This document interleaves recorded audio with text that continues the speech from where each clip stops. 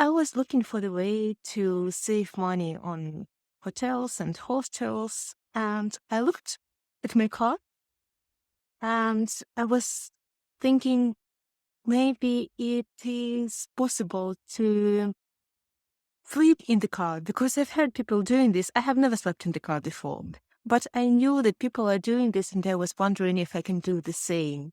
It's 43rd day that I'm staying in my car, camping in my car, and I find it's very comfortable. And in this video I am going to share how I built the main thing to make it possible, the sleeping platform for the car. When I was thinking about this idea, sleeping in the car, and I was sharing it with my friends, a lot of them told me you can just lean back front seat and sleep there, or you can just cuddle in the back seat, maybe for one night, but to survive, But to sleep comfortably for a longer time in the car, it has to be comfortable. I also considered the option to buy the inflatable mattress. In the end, I understood that this is not a viable idea for me because, first of all, I've slept on an inflatable mattress for a long time in my empty apartment a few years ago. It was very hot to sleep on an inflatable mattress during summertime. And second, inflatable mattress means that it will take quite some time to put it on and off every morning and every evening. I wanted sleeping place to be easily put out and put away. Also, I needed it to be firm and straight because I have issues with my back. I can't sleep on soft bed. And as I decided to build it myself, it should be easy to build. I can hold tools with my hands, but I'm not a carpenter. I'm not a builder. I actually have no idea what I'm doing. So it has to be easier to build. It should have been lightweight enough so I can carry it myself. It should have been possible for me to pack it up and put it in the trunk without taking a lot of space in the trunk when I am not using it. And it should have been comfortable for two people to sleep in. And also, when I take it all after the night, I need to be able to use both front seats comfortably when it's closed. Of course, I started by looking at YouTube what solutions are and what are the options.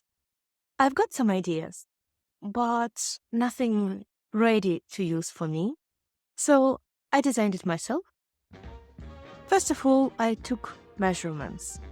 And the first and the most important measurement that I took, and that everyone who is going to build sleeping platform for their car would think, is the distance between closed trunk door and front seats when they are pulled forward and leaned forward, with back seats down, of course. When front seats are pulled forward and leaned forward. So it will be the maximum space that you can use. And this measurement will give you the answer, is it actually possible to sleep in your car? Because if you look, my height is 170 centimeters. And if the distance would have been 170 centimeters, it wouldn't be possible for me to sleep there comfortably. It should be at least your height plus 10 centimeters, at very least plus 10 centimeters for the pillow, for the space for legs. In my case, it turned out to be 190 centimeters, and I couldn't have been happier about that. That meant that I'm able to build this platform, to fit it in, and I'm actually able to do this. Important thing when you measure this distance, not to measure it just straight. Because different cars have different layouts. For example, mine have a straight trunk and then leaned down back seats, folded back seats, they create an angle, and then there is a space between front seats and back seats, and then there is an armrest that is of different height as well.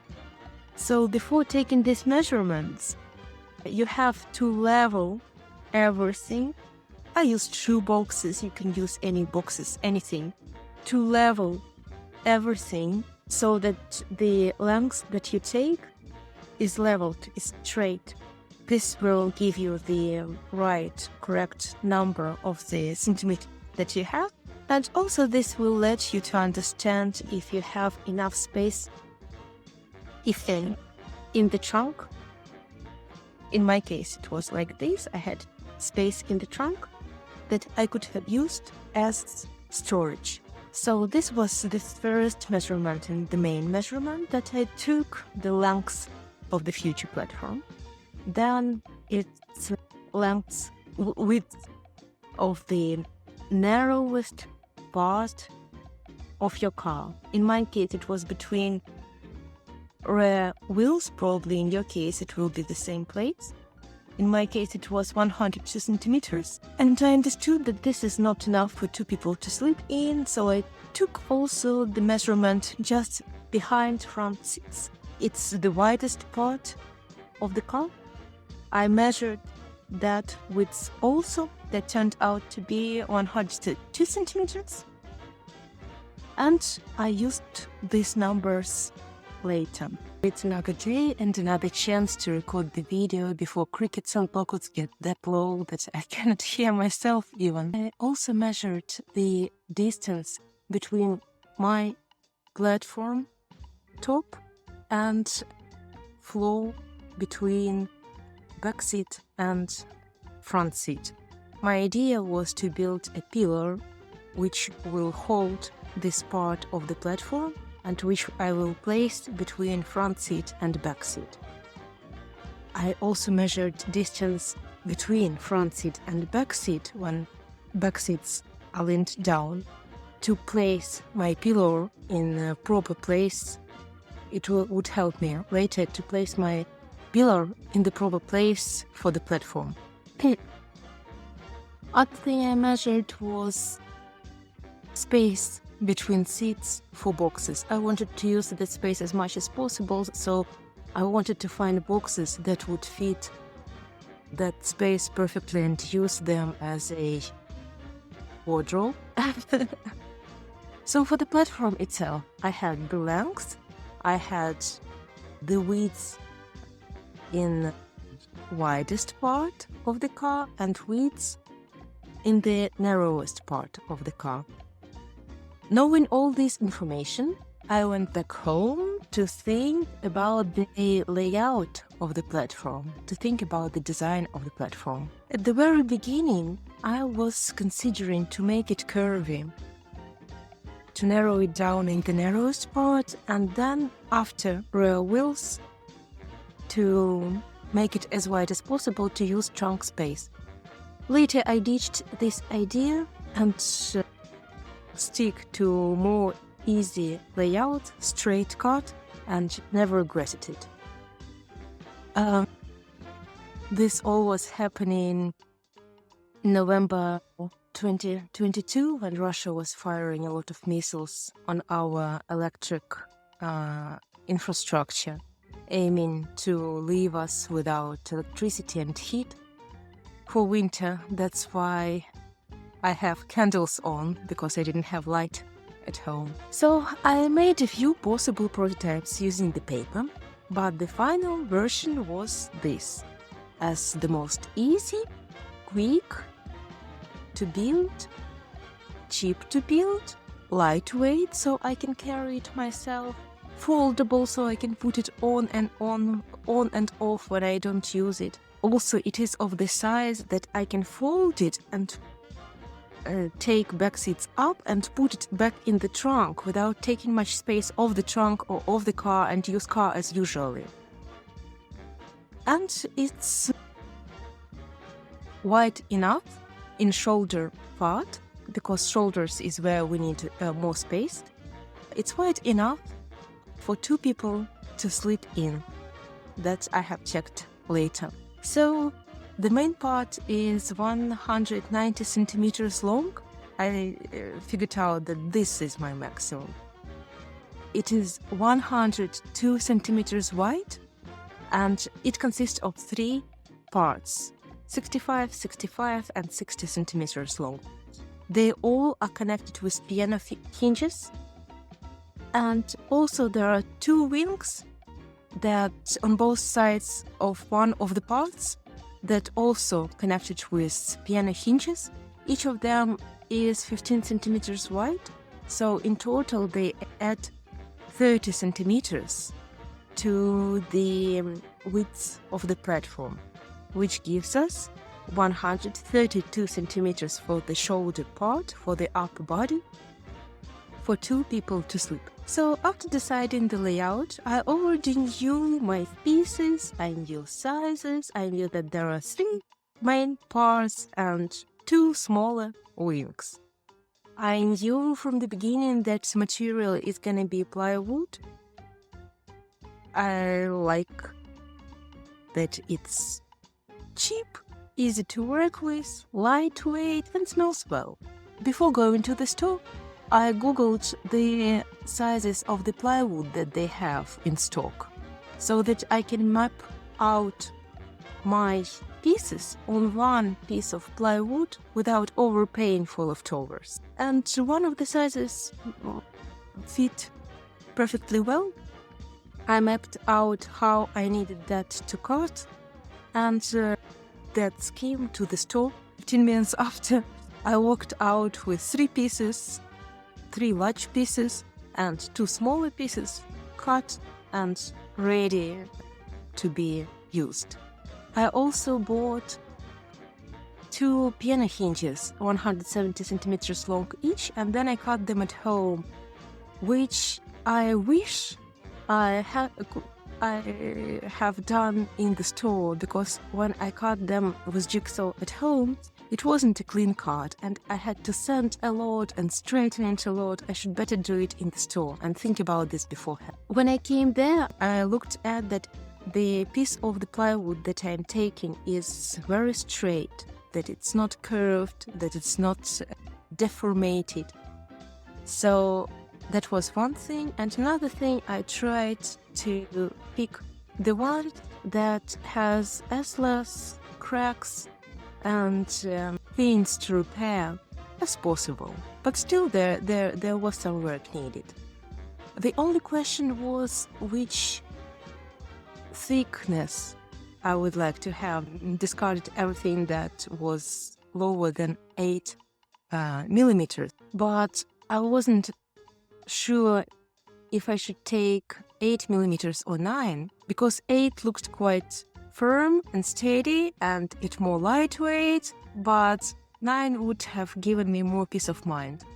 I took 9, never regretted. It's not super lightweight because every millimeter adds weight, but I can still carry it myself and it's very steady, it's very firm. Also, I needed lumber for pillar and for pieces to stabilize my platform where the piano hinges are. I took lumber of size 4 centimeters to 5 centimeters and 200 centimeters long. And then I cut them at home. I took few of them and then I cut them at home for the size that I need. For leveling it all in the trunk, I then used just leftovers that I had at home. The most important and hard part is to design the layout. After you have that done and you have pieces of wood ready to work with, it's just meditation. The first thing to do is to do rough sanding with 60 grit, just to make it not smooth, but make it safe for you to use. You'll need eye protection, mask to protect your nose and mouth from the dust, and gloves, of course. Though I tried to pick as smooth plywood piece in the store as possible, still there were some cracks. For long cracks and cracks that were left after the cut, after the razor, I used plaster to fix them. I sanded them first, then I used plaster to fix them, and then I sanded it again with a finer grit. For some cracks, like round cracks, I didn't plaster them. I just sanded them with 60 grit first, and then I sanded them with 120 grit. And yes, there is still a crack, but after I coated it, it feels smooth. It's fine. If you have a dry outdoor place and weather to do all this, and weather is in your favor, it would be better to do this outdoors, of course. But I was doing this in my bathroom because it was November in Kyiv and I live in an apartment complex. So I use bathroom to keep all dust at least in one place. When it is all smooth and dried out and it's ready to be coated, just remember to go with a damp cloth over each piece to remove the leftovers of dust. For plaster, I used ready-to-use plaster for wood that I had at home. You only need a little bit of it. I used the one with natural pine color. For sanding, I used sandpaper of different grits, starting with 60, it's the more coarse one, and going up to 120, but I think I only used 60, 100 and 120. And for coating, I used very basic wood protection coating, again without color, because I wanted to keep color of the plywood, and I think it was semi-matte, so it wasn't glossy, it wasn't too matte, and it preserved the texture of the plywood as well.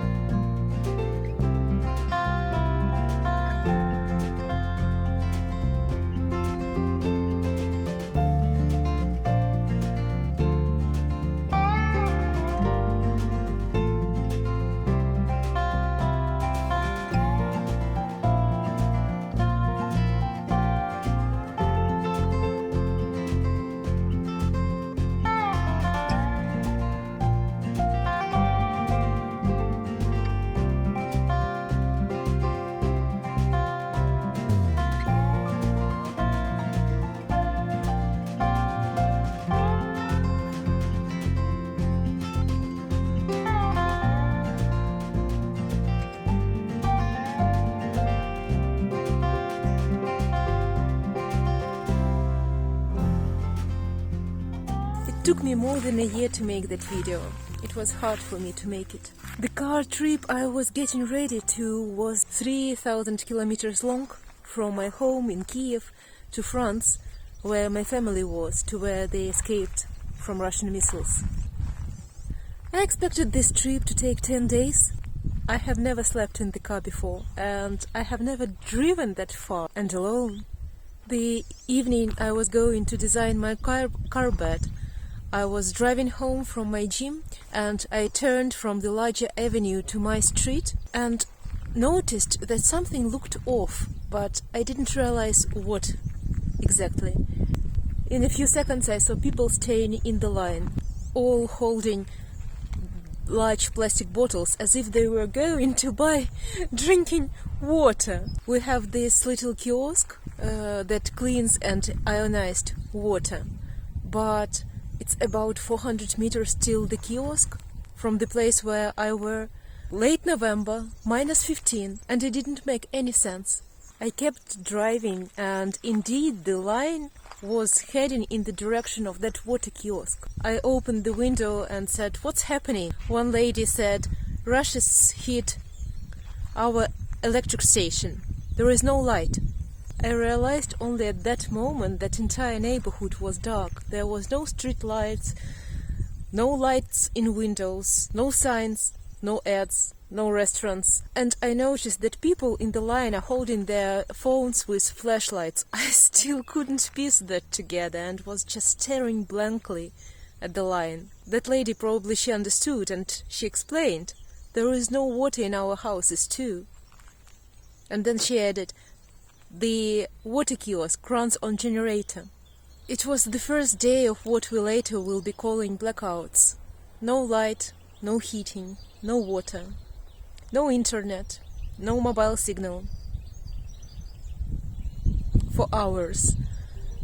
Not for days. In my case, luckily, other people were less lucky. Most days there were at least 3 hours window with light, water, and everything the civilization has to offer, and you have to take shower, wash your clothes, cook food, do work, and fill your thermoses with hot water or hot tea for later, charge your devices. I don't think I have ever been that productive before. Luckily, my screwdriver is battery powered, and I was able to build my car bed and keep myself entertained during long hours of dark nothing. I drove to France as I planned, and thanks to this lovely platform that I built, I was able to save money on hostels and hotels, and also wake up to nice views. I appreciated that experience a lot. And half a year later I decided to go to Spain to find a house to buy. And I didn't think twice where I will be living while looking for the house. I lived in my car for 5 months and drove more than 20,000 kilometers. I had my windows broken, all my clothes, including underwear, stolen. One day I had dead battery, another day I had flat tire. Once I lost keys from my car on the beach while wearing my swimming suit and having only my phone, my hat, and yoga mat, and sunscreen lotion. But this is another story for another time.